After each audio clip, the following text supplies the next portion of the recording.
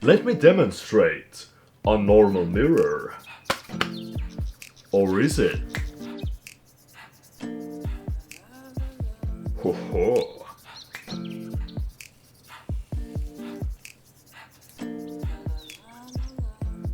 Hey there, welcome back to another episode of Watch or Not, the series the first episode of an anime style based on it. I'm going to be watching the show or not, and today it's Karakuri Circus. Oh, now this is a studio that I know from an earlier show, and I know that they are really good at mixing CGI with animation, so this should look really amazing. But we start off with a circus, where instead of people being entertained, get this, they're getting killed. So many questions pop up with that. Like, how is it sustainable? Won't the rumors spread? Why won't people stop coming here? They're probably getting so many bad reviews on Yelp. But moving on to the opening now.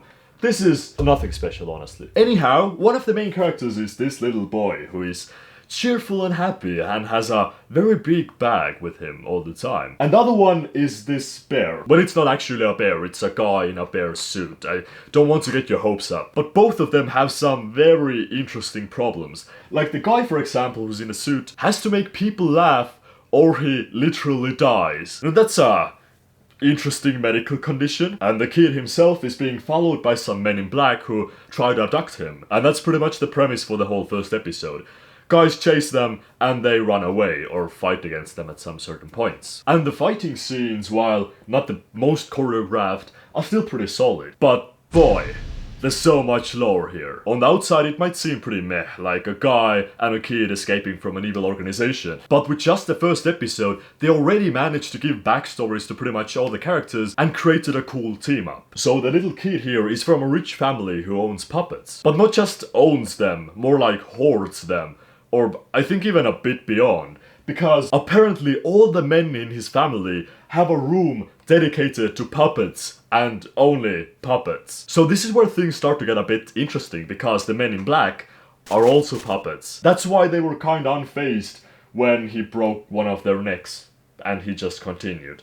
And the episode ends with them finding a woman whose job it is to guard the boy. So in the boy's luggage, there was actually another puppet, which she now starts to control to defeat the evil puppets. And of course, it ends on a cliffhanger. There's some sketchy dude overlooking them, and right before the episode cuts off, a new puppet appears and they have to start fighting it. And this show is a watch. I really like this one. The animation is good, the pacing is pretty much perfect, there's never a dull moment or a moment where there's too much irrelevant information being given to. We learn about all the three main characters, their motivations, what their role is in the show, and we get a good feeling for them. And most importantly, a unique plot gets set up with puppets and puppet masters and conspiracies. But what really made this for me was that it's not just a basic action flick. The characters are still human and think like human. They don't start doing some stupid stuff just because. So at the end, when the girl shows up whose job it is to guard the boy, the guy can now go away. And he agrees, because why would he stay? It's not any of his concern. He wasn't like, no, I have a bond with this boy. I've been together with him for like 2 hours and I'm not leaving his side anymore. So I appreciate the touch of realism. But anyways, thank you guys for watching. Please hit that like button, subscribe if you haven't yet, and I'll see you next week with another Watch or Not. Bye.